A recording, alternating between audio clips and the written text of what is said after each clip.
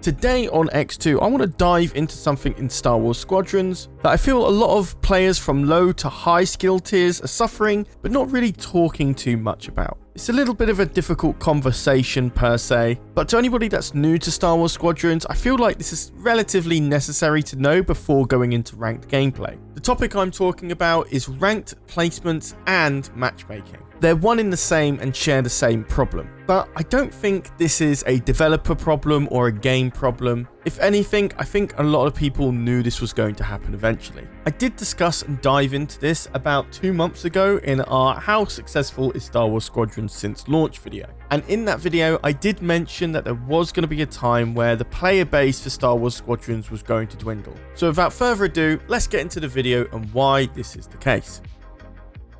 Okay, so let's round up all the details. Star Wars Squadrons is what you call a AA game. AA games tend to have a much shorter development time and advertising budget, vastly different than your AAA games like Battlefront 2 and Jedi Fallen Order. This also explains why Star Wars Squadrons came out at a $40 price tag compared to the $60 or above with other previous Star Wars AAA games. Now, in an attempt for goodwill from EA's part, they wanted to make a game that wasn't going to have any more paid DLC or microtransactions. This was to shake off the negative image they had based on the pay-to-win schemes and loot box fiasco with Battlefront 1 and 2. And whilst this was looked very positively upon from most players that were going to pick up Star Wars Squadrons, ultimately this would mean the game would have a much shorter lifespan. The reason being is Star Wars Squadrons is a multiplayer game at heart, despite the majority of people only playing the single player campaign. So Star Wars Squadrons has all the components of a live service game, like your League of Legends, your Fortnite, your Overwatch, your Apex Legends, etc, etc. These are games that are constantly updated with new patches, meta changes, and so on. So while Star Wars Squadrons was geared up for this, there was no microtransactions to support that type of life cycle in the game. I discussed this months ago in why I believed Star Wars Squadrons should have cosmetic microtransactions to support the game a bit longer, but ultimately this was going to be a goodwill game by EA whether we liked it or not. So because of this, we had very limited updates coming to the game. As of now, we're currently on version 4.2 of Star Wars Squadrons. And honestly, I think we have one minor update to come, and after that, I think the game is done for updates. The reason being is the game is in a really healthy spot gameplay wise. Every ship has its purpose, minus the B-Wing, and every player has a designated role that has a big impact on the game as a whole. And despite there not being that many game-changing updates to Star Wars Squadrons, the pro players are constantly changing when it comes to the meta, giving us a reminder that Star Wars Squadrons is only just a few months old.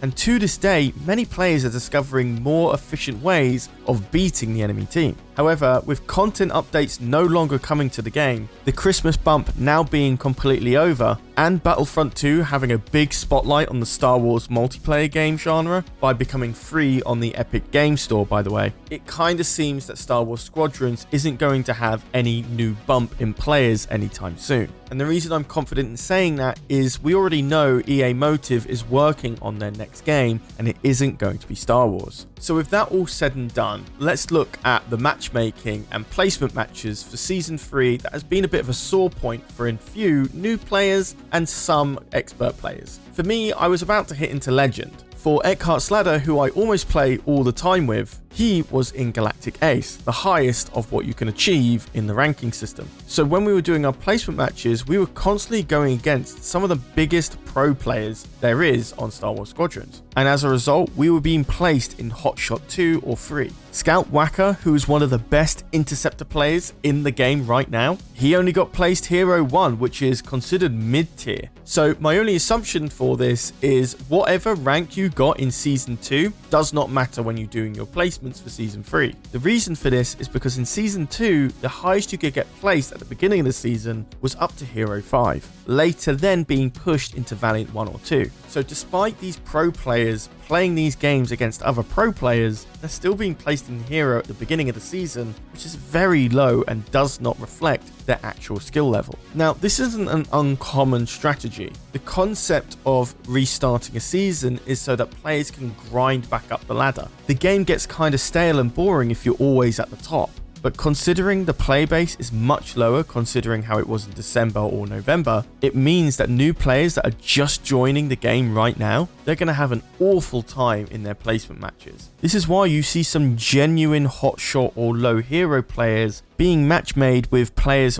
well above their skill level. And because of this creates a very frustrating experience for the players that are struggling and for the players that are over-exceeding on the same team. As for a solution, I don't really have one, unfortunately. Because the game has a low active population, ranked mode doesn't necessarily work anymore. It's either you wait over 8 to 10 minutes to get into a relatively accurate game, or you wait 1 to 3 minutes to get into a more unbalanced one. It's a really rough scenario for new players having to try and get to the grips of the game, because unless you're dedicated to master this game, you're going to be pretty put off. And it looks like the rank ladder isn't going to settle until we're about well over 30 days into Season 3. My advice is watch how some of the pro players play, check up on the Star Wars Squadrons subreddit, and there's some amazing detailed tutorials on the competitive Squadrons subreddit. There, many of the pro players break down their ways of playing, how to execute it, and why it's important to run it. Star Wars Squadrons has an exceedingly heavy learning curve. The game is complex and rich with gameplay, and it's why pro players are still playing today, because there's so much to learn about this game despite there being no content updates for it. And whilst many people are now playing Starfighter Assault on Battlefront 2, I feel they might be a bit put off from Star Wars Squadrons because of how complex it is compared to the simplicity of Starfighter Assault in Battlefront 2. So if you're a new player, I really recommend playing against AI as much as you can to get an understanding of the mechanics. Check up on the subreddits,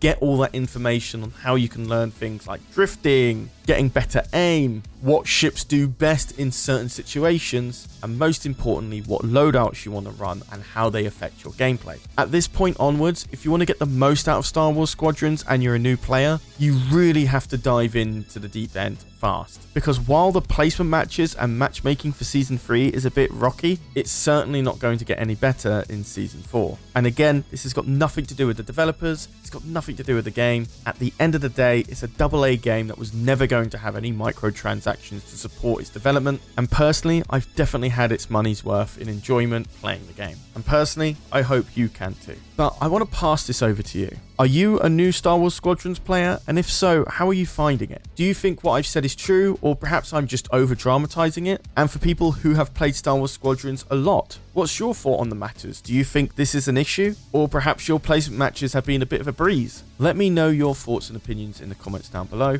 Of course, I'll read all of them and I'll try to get back to some of you as well. And for the people who are still watching the video, if you're interested in supporting what we do here at EcksToo even further, why not become a Patreon? Or if Patreon's not your thing, hit that join button and become a YouTube membership. Both share the same rewards, so you're not missing out on either one. And you get really cool things like newsletters, videos that will never come out on EcksToo publicly, and your very own personal avatar design done by a professional artist. But with that all said and done, guys, I've been Charlie, you've been watching EcksToo, and I'll see you in the next video. Take care, guys.